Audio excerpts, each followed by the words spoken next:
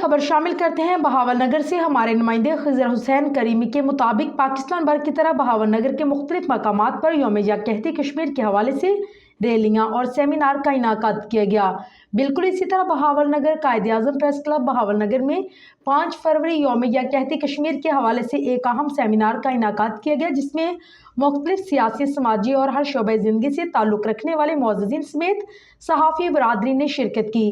Seminar کے مہمان خصوصی ممبر صوبائی اسمبلی پنجاب MP سہیل خان زاہد تھے، جنہوں نے کشمیری عوام کے حق خودداریت کی حمایت میں خطاب کیا اور عالمی برادری سے اپیل کی ہے کہ وہ مقبوضہ کشمیر میں جاری بھارتی مظالم کا نوٹس لے۔ اس موقع پر دیگر معززین، صحافی برادری اور سماجی شخصیات اور کارکنان نے بھی خطاب کیا۔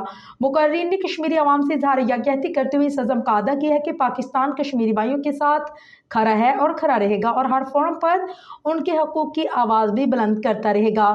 صدر قائد اعظم پریس کلب بہاول نگر چودھری طارق محمود اور جنرل سیکرٹری محمد اعظم خان نے بھی اپنے اپنے انداز میں خطاب کیا اور کشمیری عوام کے حق میں قرارداد بھی منظور کی گئی، جس میں اقوام متحدہ سے مطالبہ کیا گیا ہے کہ وہ مسئلہ کشمیر کو اپنی قراردادوں کے مطابق حل کروانے میں اہم کردار ادا کرے۔